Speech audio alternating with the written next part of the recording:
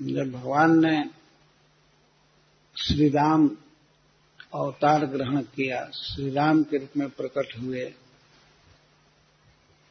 तो उनकी लीलाएं बहुत प्रसिद्ध हैं, उनके कर्म बहुत प्रसिद्ध हैं।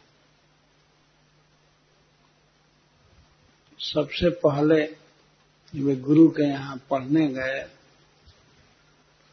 जिनके सहज श्वास से वेद निकला है, वे भी प्रभु पढ़ रहे थे, शिक्षा दे रहे थे कि इस तरह से प्रत्येक व्यक्ति को गुरु के यहाँ पढ़ना चाहिए, गुरुकुल में।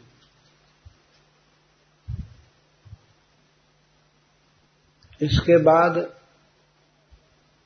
वे अपने भाई लक्ष्मण के साथ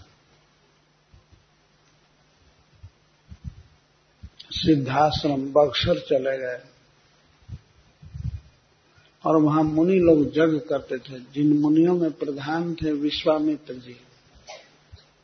तो विश्वामित्र जी आकर के अयोध्या महाराज दशरथ से भगवान को मांगे, तो गुरु वशिष्ठ की अनुज्ञा से, परामर्श से वशिष्ठ जी ने गुरु को समर्पित कर दिया अपने दोनों पुत्रों को।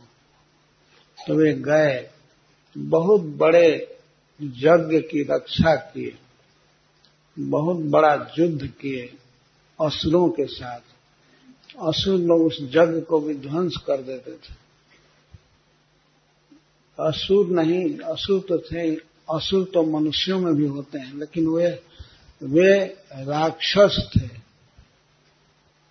जैसे मारीच, सुबाहु और ताड़का, टाटका स्त्री थी। ये बहुत से ऋषि मुनियों को खा जाते थे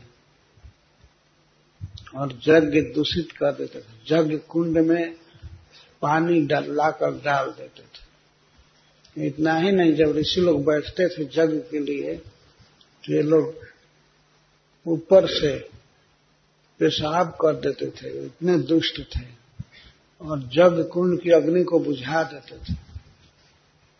इससे परेशान होकर के विश्वामित्र मुनि गए अयोध्या, भगवान को लाए।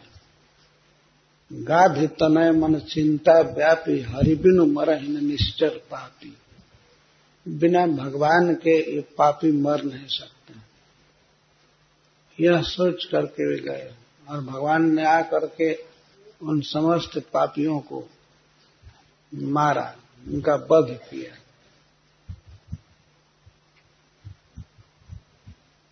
साधुओं की सहायता किया।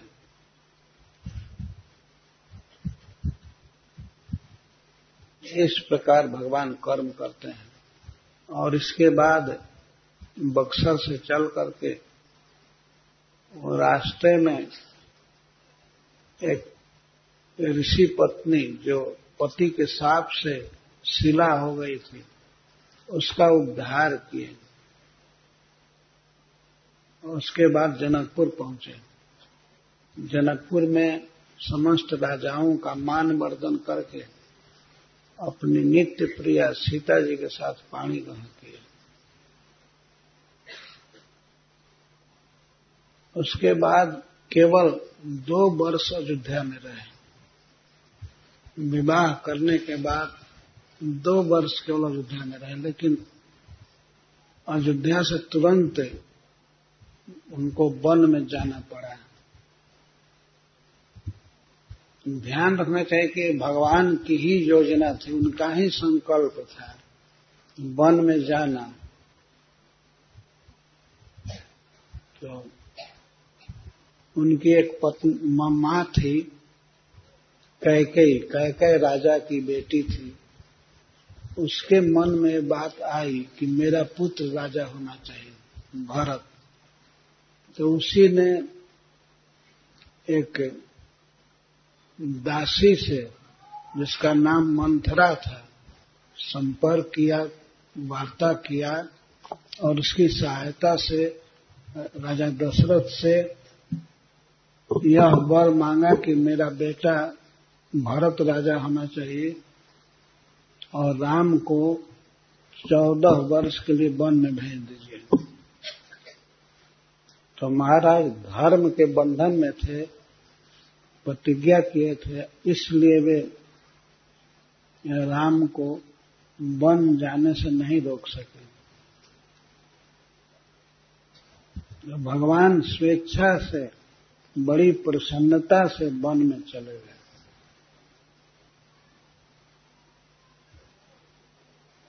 वन जाने में भगवान को थोड़ा भी कष्ट का अनुभव नहीं हुआ, मन में भी पीड़ा नहीं हुई।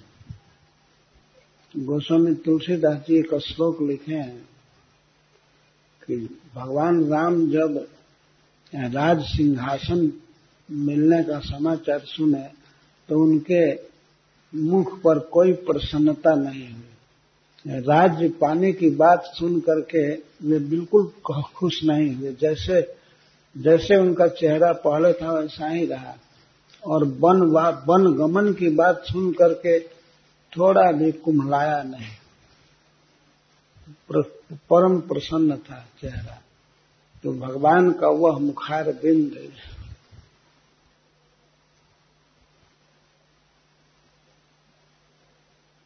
भक्तों के जीवन में सदा सुख है।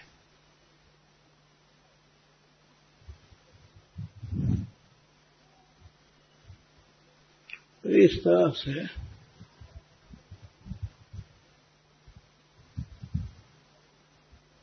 भगवान वन में गए। वन में अनेक